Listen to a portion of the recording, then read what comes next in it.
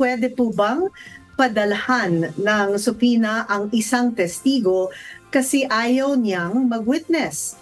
Hindi pa po siya nakakanumpa sa harap ng piskal. Attorney VP Talaw from Angel. Sige nga po, attorney. Miss Jackie, yung kanyang subpoenang itinatanong doon sa prosecutor's office. Kasi ang subpoena po, ang ibig sabihin niyan, ito po isang sulat na matatanggap po ninyo usually from the courts or kahit sa sa Senate natin may subpoena din diyan. Ibig sabihin, isa po itong proseso. It is a coercive process. Ibig sabihin, sapilitan po 'yan na proseso ng korte, ng husgado o kaya ng Kongreso, kung saan yung mga concerned na kailangang tumistigo para investigahan o para alamin yung katotohanan sa isang inquiry or kung sa korte sa isang kaso, kailangan pong bilang inyong legal duty na gampanan na pumunta po kayo pag pinatawag po kayo para naman makatulong po kayo sa pagkaalam sa pag-imbestiga ng katotohanan. Okay. Kung halimbawa, attorney, ayaw mag-testify kasi takot siya. Oo. Yes. Na-witness ko nga. Halimbawa, let's say for example, yung krimen.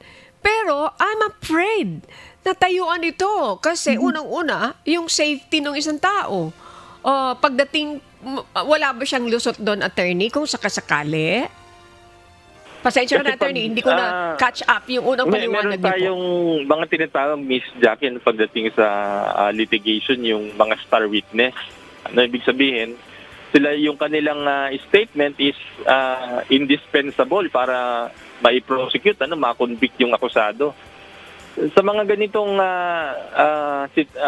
pagkakataon o senaryo na merong panganib po doon sa buhay ng testigo, lalo sa criminal case, meron pong mga programa, yung ating Department of Justice, yung katulad nga yung Witness Protection Program.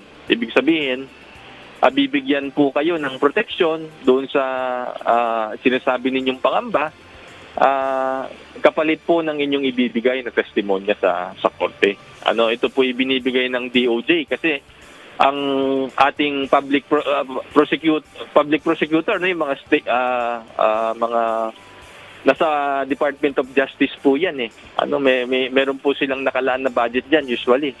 Sa mga yung mga controversial na kaso, pinaglalaanan po nila ng pondo yan para maproteksyonan yung mga star witness na tinatawag natin. Okay, one final question from me bago ko balik kay Miss Jackie, Attorney Vincent Paul Talaw. Kahit na, let's say for example, okay lang kung halimbawa mayroong ibibigay na programa para sa isang magwi-witness pero ayaw niya talaga.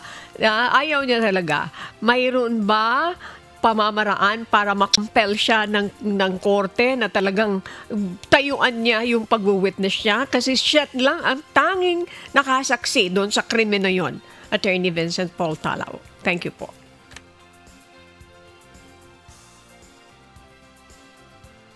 Tawag isa coercive process. Ibig sabihin, merong pamimilit in a way yung court doon sa mga witnesses, especially yung material witness na tinatawag para tumestigo sila. Sa isang kaso na hinawakan ko, pinawaran to pares ko Miss Annie. Yung testigo na ayaw pong tumestigo. And pwede po kayong mag-request sa court na mag-provide ng assistance yung ating police para madala po yung inyong nilista o yung prospect na testigo. Kung meron naman po talaga siyang material na statement na kailangan sabihin sa korte. Kasi napakahalaga po ng mga material witness yung kanilang sasabihin. Kasi kung hindi po sa kanilang statement, hindi po malalaman ng court kung ano yung katotohanan. Yun po yung purpose, kaya meron tayong tinatawag na subpoena.